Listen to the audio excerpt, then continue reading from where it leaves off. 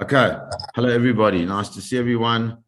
And glad it's a little bit warmer than it was last week. Last week I was so cold. I was sitting like frozen, but that's lekker. And we can, please God, continue our learning and try and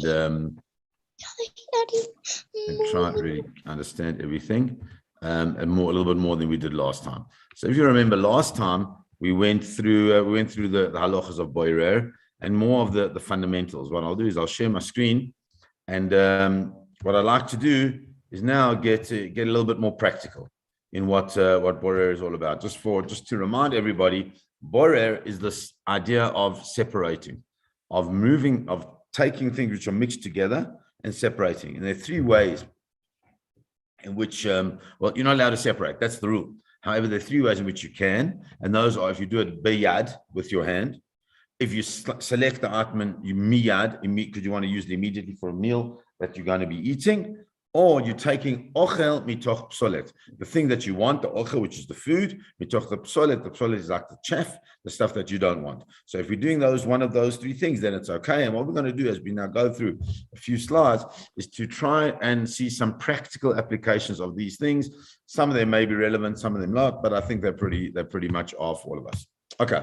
So let's look firstly at fruits and vegetables. Where do we get with fruits and vegetables? So for example, you've got a lettuce, and but the lettuce, so it's on Shabbos. Are you allowed to clean a lettuce on Shabbos to eat? So it would seem to be you can, because otherwise, how can you eat it?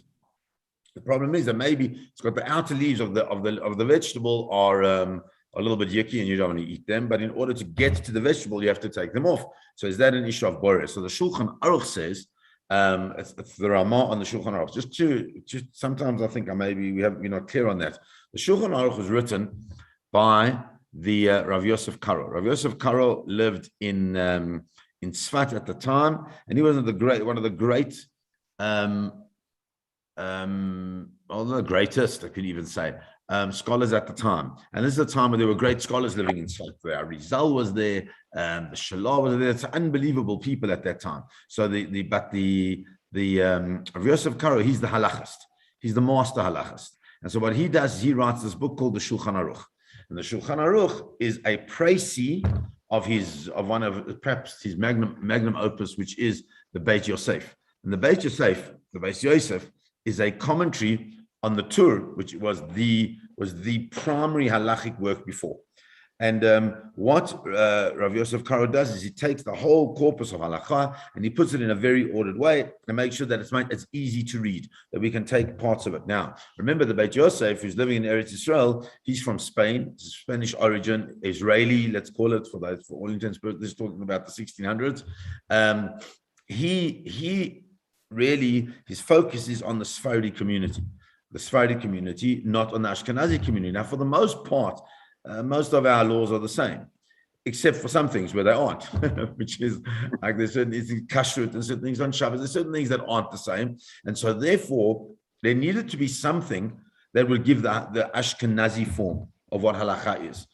And the Ashkenazi form of halakha is given by Rav Moshe Isserles, the Ramah, Reish Mem Aleph, Rav Moshe Isserles. He who lived in Krakow at the time, in Poland, and he really was the voice of Ashkenazi Jewry. And what he did was something that was an absolute masterpiece of brilliance. And that is, instead of writing his own book, which he could have, he was on the same level as the Shulchan Aruch, but instead of writing his own book, what he did is that he made glosses for Ashkenazi Jewry on the existing Shulchan Aruch. And in doing that, he ensured that we have one book of halakha that we can take with us and learn both Sephardi and Ashkenazi, and we can learn each other's different minhagim. Okay, so the Ramah now has a little gloss in the first law which deals with boirer, and he says the following: therefore, it's permitted to separate the good leaves of a vegetable called lettuce from the moldy ones that required for the upcoming meal. He says you're allowed to do it. Why are you allowed to do it? So the Mishnah Berurah says this is the Bir Halacha says, but often Berezu yesh chiluk to imhem alim mufradim yevuar lo atoivim v'aniach mutfashim. He says we can here when you're taking leaves of different foods, there are two things. The one is, if you've got the leaves that are all separate from each other, then what you have to do, you must take the good ones and leave the mufashim. The mufashim are like the ones that are moldy, as the Magen Avraham explained. Aval. Now this is all about lettuce. Imheim kalchim kagon chazeres sha'alim shem b'chutz hem ha'meufashim. He says, if it's like chazeres is lettuce. If it's like lettuce, where you have the outer leaves are all the ones that are covering the good leaves which are inside, then what? As yasir motzi ha'meufashes dahava leikem esir haklipa le'achol hatoch. Says then you can obviously take off the moldy leaves, because the moldy leaves are like a peel. They're like the orange peel of the orange. Because if you can't eat it without getting away the moldy leaves, then the moldy leaves are not considered to be solid from ochel, but rather they're like a klipa, a shell, and therefore there's no worry about taking them off. The issue will come to edible leaves that you don't really like. Okay, that's where it might come in. So it'll be stuff that it's it's like this, 95% fine. A little bit of dodgy, so that could be a problem, because those are not things that you need to move in order to get to the ochel, because those are the ochel, that's the food themselves. Okay, so now what about rotten spots on fruit? Okay, let's just understand. Firstly, let's just get a bit of a reminder of what the definition of borer is. So the definition of borer is selecting items from a mixture, resulting in that mixture being refined or improved. You take something out of that mixture, and in doing that, something happens to the mixture that it becomes better. Okay, that's what, and how you normally would do that. You would take the psolet from the ochel, you take the chaff from the food, and if you take the chaff from the food, that's breira at its absolute. So now what do we do when we've got a bruise on your apple? You don't want to eat the bruise. I know my kids, I don't know, but crazy, right? They have these apples, they're beautiful. There's a tiny little bruise, they won't eat it. So you got to cut out the bruise. So can you cut out the bruise? So the halacha is that you can cut out the bruise as long as we say there, remove some of the good with the bad, because the mixture is still good and bad. That part that you've cut out is still a mixture of good and bad, and therefore you haven't purified, in inverted commas, the mixture. And since you haven't purified the mixture, therefore there's no boyer on it, because you cut out the good with the bad. So just to understand that, is when you're cutting out the good with the bad, you're still retaining the mixture of that good and bad together. And since you're still retaining the mixture of the good and bad, so therefore there's no boyer on that. Okay. Now, this is something that we just need to remember, very important here. It says, Haboire psoles misoch ochel, says the Shulchan Aruch, if you take psolet, that's the chaff, from the ochel, from the stuff that you want, afilu beyado achat chayiv, even with one hand, you are chayiv, you are obligated. And if you remember, what we had said is that this concept of beyad, if you take it from with yad, with your hand. However, it only applies when you take it with your hand if you're taking what? The ochel from the psolet, the stuff you can eat from the stuff you don't want, because if you're taking it the other way around, then you're chayiv, then you're obligated in the aveira of boirer. Hagab comes along the Ramah, and he says the following: V'afilu ha'oichel meruba, even if there is more food than stuff that you don't want, and it's more difficult to remove the food because it's much more, nonetheless, you must not remove the waste even if eating is imminent. So if you can see there now, the Ramah has taken like two of those points, because the 2 points that we had were bayad and miyad. We said you can do it bayad if you're going to eat it miyad. But what he's saying is that if it's not so clear that one can take the waste away from the food if it is going to be, even if it's imminent, because that's still considered to be an issue of borer. Okay, and comes along the I'm going to see where this is, with what he's talking about, where the Bir Halacha says the following. He says, if you have water with worms in it, I mean, we don't have that kind of thing, thank God, because we've got all our clean water. But let's just say you've got water with worms in the water and you want to drink that water. You can drink it through a cloth. In other words, you can strain it because in this case, borer and meshamer, which is also part of the straining space, only apply when separating prior to eating or drinking. But if you're actually drinking it through the cloth, right, you can block the refuse from entering your mouth because it's not similar to the malacha at all. And what we see from here is a fundamental thing. And that is that in the process of eating, the malachas don't apply any longer. Just before eating, it applies. But in the actual process of eating, it doesn't apply so much. Okay, everybody got that? If that's the case, okay, so it's not so simple. Let's try it again. So we said the following. You can't separate the waste from the food. Okay, on its own, right? You have to separate the food from the waste. However, if you are in the process of actually eating, you're putting it in your mouth. If you're in the process of actually eating, then at that point in time, it's part of the eating process. It's not a separating process, and therefore you can separate the waste from the food. You'll see an example. Where's the perfect example? The perfect example is watermelon, right? So you've got watermelon. It's a beautiful, wonderful fruit that we all can't wait to have soon, because that means it's summer and it's hot and it's lovely. We're on the beaches and wherever we can be, or by the swimming pool. Us poor folk who live in Joburg, that we don't have the beaches like you do, Gaynor. But we have these watermelons. Inside the watermelons are watermelon seeds. Nobody wants to eat the watermelon seeds. So how do you get them out? So according to the Chazon Ish, he says, remember we said that whilst you're in the process of eating it, it's not considered to be boirer. He says, okay, so eat and then spit out the seeds. Obviously in an appropriate way and not like you're spitting all over. Just, whatever, spit them out into a little plate. That's one way of doing it. The Ben Ish Chai, that's Sfardi, and the Kaf HaChaim say, that's not the normal way you eat. You don't eat by spitting things out. That's not how you eat. It says rather take the melon, shake out the seeds off, and pick out any of the remaining seeds before you eat it. Just before you eat it. So you're talking about what?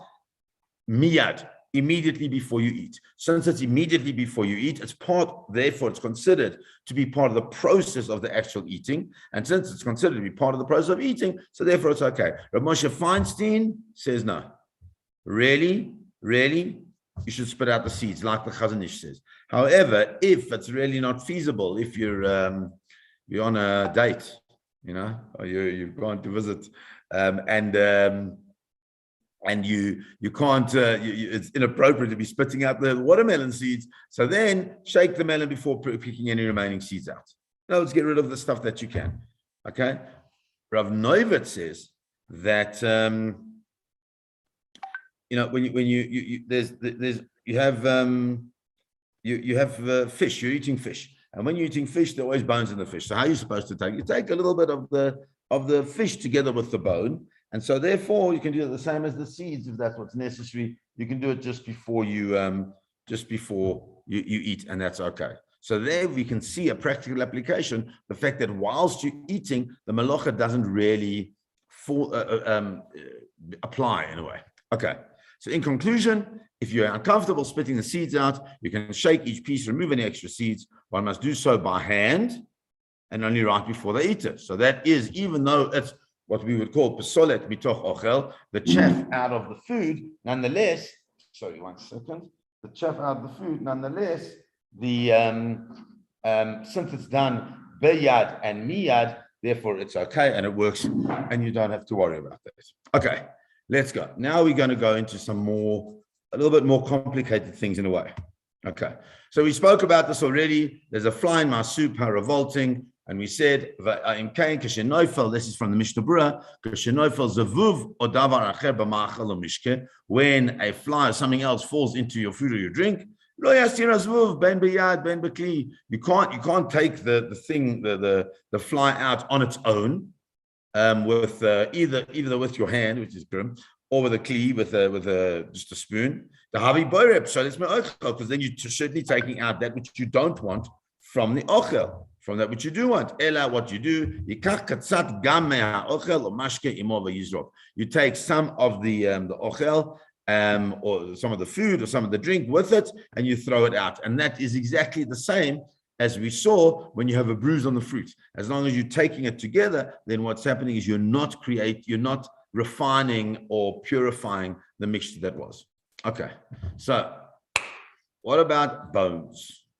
So you have chicken for Shabbos. Can you want to take the bone out? No one wants to eat bones. So how would you do that? So there seems to be really two permitted methods. I mean, I think we eat like this anyway, but I think it's important just to understand that even in our eating, this is how we've got to eat. So firstly, you can pull the food away from the bone, not the other way around. So let's say you've got your fork and you're cutting, when you cut, you've cut that piece off, you must pull it off with your knife, not pull it away with your fork, because your fork is in the bone and your knife is in the food. Okay, and that's they've got the complete opposite way here in the picture, but it's fine.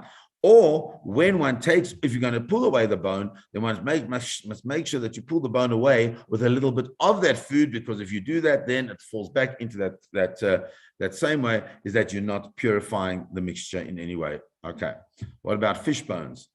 Fish bones a little bit. It's a little bit more complicated, because fish bones are a little bit more difficult to see. So obviously, if it's in your mouth and you've got a fish bone, you can take it out, because that's in the process of eating. And if it's immediately before you eat, we don't eat fish bones. So that would seem to be that it's okay but you can't pick them out one by one and then eat. It would have to be of that piece that you would try and get a little bit of the fish with it when you take out the bone as well. Okay. Chicken skin and trimming off the fat. So now we spoke already that chicken skin, the skin on the chicken, is not a mixture. It's separate from it already. So therefore, taking the chicken skin off the chicken when you want to eat it is not psolet mitoch ochel, because it's not a mixture. However, if you never eat skin, some people don't eat chicken skin. Some people only eat the meat itself. If you never eat the skin, and the reason why you're taking off the skin is because you don't want to eat it, so then by definition, it's psolet. And since by definition, it's psolet, so you've got to be careful. You've got to take a piece of the meat with it, or you would have to just like kind of cut under the skin, so that you don't remove the skin, because then it becomes boirer. There are very few people who are that makpid that it would fall into their aegis. Okay, what about fat? So fat on a piece of, we try, Baruch Hashem, one of the great advantages that we got out of COVID is that we stopped making normal meals for Friday night, and we braai every Friday, and it's lekker. It's part of our thing. So you're braaiing, got a nice, lovely lamb chop, and on the lamb chop, surrounding the lamb chop is this fat. So what do? You don't want to eat the fat. So how do you remove it? So the way you would remove it is like we've done all the way through that we've spoken about. You'd have to take a little bit of that meat together with the fat and pull it off. Remember, if someone else from the family likes to eat the fat around the thing, so then you can give it to them, because then it's not cutting off psolet. For them, it's ochel, whereas for you, it might be psolet, but it's okay because you're sharing that the eating space of that. Okay. Now, what I want to look at here is one of the more complicated issues that come up, and that is the issue of making tea on Shabbos. Now, we're not going to discuss the tea, all the complications of making the tea, because the first issue is the issue of cooking. And I want to do cooking in its own, again, like boirer. It's a massive malacha that we have to understand, and it's certainly not for tonight, because we can't do it we can't do it in a proper, detailed way. What I will say very simply is that there are two ways of making tea. The one is using tea essence, which is where you would make a very, very strong like tea mixture before Shabbos, and then you would pour that into hot water and make like a little bit of a weaker tea. That's one way. The other way is using tea bags, but you have to use a kli shlishi. And the process of kli shlishi is that you would have to take your kli rishon, i.e. the first vessel that you use is your urn. Then you take another cup, which is the kli sheni. You pour the hot water into that. Then you take that hot water and you pour into kli shlishi, and then you put the tea bag into that. Now, what is very important to understand is the process of this. Now, we do have to go to this in much, much more detail, but I just want to get it clear because I don't want people to make any mistakes here. And that is the process of pouring from the Kli Rishon to the Kli Sheni is important because there's Chazal explained that the walls, the outside, the walls, of the Kli Sheni are the things that cool the water down. It might not be scientific, but it's halachic. So they cool the water down sufficiently for them to remove them slowly but surely out of a space of being able to cook these very things that are very easy to cook, like tea. Now, if you take the Kli Sheni that you used so you're making let's say Haley and Craig have come for Shabbos, so you make tea for Craig using your Kli Sheni. And now you're going to make tea for Haley. You can't use that same Kli Sheni because that Kli Sheni now is already warm. Since it's already warm, the concept of the walls of that Kli Sheni cooling down that water no longer exists. You'd have to use a separate one. And a lot of people do make that mistake. And so one should be very aware of that. Also, a thing that you have to be aware of is that if you're going to be using a Kli Sheni, and even if it's cooled down, if the water inside that Kli Sheni has cooled down, you have to dry it, because if you put hot water onto cool down water, then you're recooking the water. And according to the Ashkenazi custom, Ashkenazi din, that is problematic. So there are a lot of complications in making tea on Shabbos. You can make tea, and please do it in the way that we've explained. I'm happy to go through it again, but just bear that in mind. I don't want to go through all the detail of it. Okay, but there is an issue of borer in making tea. And the issue of borer in making tea comes when you have to remove the tea bag from the cup. Okay? Because all of us remove the tea bag from the cup. What happens when you remove the tea bag from the cup, and we're going to go through the technical of it, but you remove when you pull the tea bag out of the cup, what happens? Water drips through the tea bag. And if water drips through the tea bag, it's leaving behind the tea leaves, and so there may be an issue of borer. Okay, so let's look at the Shulchan Aruch. So the Shulchan Aruch says the following: it's forbidden to put dregs inside a strainer, even when the strainer was hanging in place before Shabbos. Okay, so you can't put stuff in the strainer, even if the strainer was there before Shabbos. But if the dregs were put inside before Shabbos, then you can pour water over them until the water becomes clear. Now, this is amazing, because what the Shulchan Aruch is saying is that if you put water through a strainer where there was stuff inside it before Shabbos, then you can just keep straining it, so to speak. Why? Until the water becomes clear. What does it mean? Is that there's no issue of borer with pouring water because the water is clear and there's nothing in the water. The water, all that's coming out is the water. The stuff inside is still staying inside. So therefore, we don't have to worry about pouring the thing about pouring the water over these things. If that is the case, so then it would seem to be that there's no problem using a tea bag on Shabbos. Just the tea bag. Why? Because you put the tea bag, which has got the stuff in it, into the hot water in the way that we've said you have to do it. And since the water is clear from the start, it only afterwards it becomes mixed with the grains of tea in the bag, right? And when you take it out, it's filtered tea. That's all it is. It's not a problem. So that fits into the category of actually using the tea bag on Shabbos. May have been a problem of borer because you're using it within that, but we don't have to worry about that. However, the problem of borer becomes when we take the bag out, because the brera of the drops through the bag is now considered to be a strainer, because there are two spaces. There's the bag inside the cup, and then there's the bag that you pull it outside of the cup. And the bag that you pull outside of the cup now becomes a strainer. Okay, so what do we do with this?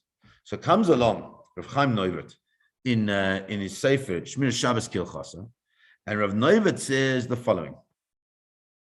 They say it's appropriate to be stringent, not to remove the tea bag and hold it in one's hand so that the water will flow out. So don't take out the tea bag, because even though the water was originally clear, holding the bag so that the water will flow out of it is more serious since the water and the leaves are already commingled. So if you're holding the bag, originally it was okay, but now all of a sudden everything's commingled, and now you're letting out the ochel, and you're keeping the psolets, right? So that now you've got a proper boirer problem. Then he says, removing the bag and holding it in one's hand is like filtering cloudy water, not clear water, because it's not clear. However, if one only removes the bag from the water and has no interest in the liquid coming out, it may be that even if it is inevitable that some drops will drip from the bag, nevertheless, since they come out easily, even if one only lifts and holds it, the filtering is affected on its own. You're not doing it on purpose. You just want to get rid of the bag out of the tea, out of the cup of tea. It may be that it's not considered to be boirer. And if that's the case, he says one should be stringent. Number one, don't leave the bag above the cup so that the tea will drip in. Okay? That's important. We ignore the original state of the water in the bag and focus on its current state, which is now coming with the tea grains in the bag. So that's what? So it's now considered like cloudy water filtered by the tea bag, which is problematic. Okay? If a person does not intend to select, but the drops come out on their own while the tea bag is being removed, there's no issue of boirer. So, therefore, don't hold the tea bag above the cup, because it won't drip into the cup. Rather, take the tea bag and transfer it immediately. Ideally, you do it with a spoon, because when you do it with a spoon, what you're doing is you lift up the tea bag out of the water together with some of the tea, and you no longer have that issue, because even if there is water coming a little bit out of the tea bag, it's not discernible enough, and therefore it's not going to be considered to be a Shabbos problem. Okay, so Aaron Silver is one of the Magidei Shiur in Mishivat Kerem B'Yavne, and he says regarding boirer, what do you do if you don't have a spoon? Then when you remove the tea bag, you should take it out, not hold it over the tea, but put it somewhere else right away, as the boirer problem is letting the tea droplets drip out of the bag into the tea. That's the real problem. Because you don't need tea, you're not worried about the tea if it falls onto the table. You want the tea if it's going into the tea, into the cup. So as long as it doesn't go into the cup, so then you're okay. Okay. There are a couple of other things that do come up. Any questions up to this point? Because I know I'm going quite fast. So please, if there are any questions, please let me know. I'll take it as no. Okay. Sorry, when you're making tea, that Yes. means if you're making 10 cups of tea, you have to use 10 different cups you would have to use 10 different clichenis. That's why it's ideal to rather put it into like a big flask or something, because that big flask then becomes the one single clicheni, and then from that you can pour into all the others. Okay. Into a flask or into a bigger jug. Thermos may be problematic, so one should use like a jug of some sort, something like this. Yeah, just some kind of larger container. Yeah. Yes. Yeah, that holds more than one cup. Okay. Now, what about a slotted spoon? So a slotted spoon is a spoon with slots in. What's the purpose of the slotted spoon? Is that when you take it, let's say you're going to take out, like in this picture, you're going to take out the broccoli. Well, God forbid we could use this, right? It's the broccoli and the cauliflower. We have to be very careful with that. No, just don't worry about that. That was just my stuff. So if you're a slotted spoon, you're taking out the vegetables out of water. The whole purpose of the slotted spoon is to do what? Is to separate the vegetables from the water. That's its purpose. So on the one hand, if you're interested in the vegetables, at the time you put the spoon into the soup, if you're doing the soup as well, right? And then you pull out, one is removing the ochel from the psolet. So that's not a major problem. So if you just go and you pull it out, then you're taking the ochel from the psolet. On the other hand, if you wait for the soup to drip through the holes in the spoon, then what's happening? At that point, you're separating the psolet from the ochel, because the soup is dripping back down into the soup, and you've still got you have things. So one has to be very careful, and so therefore it's ideal. It comes out not to use a slotted spoon, because it will be boirer, and there's the issues the in them, which are out of the purvey of this whole shiur, because they're quite complicated. Now, one of the things we like to do, and let's say a person, you've got chicken soup, or you've got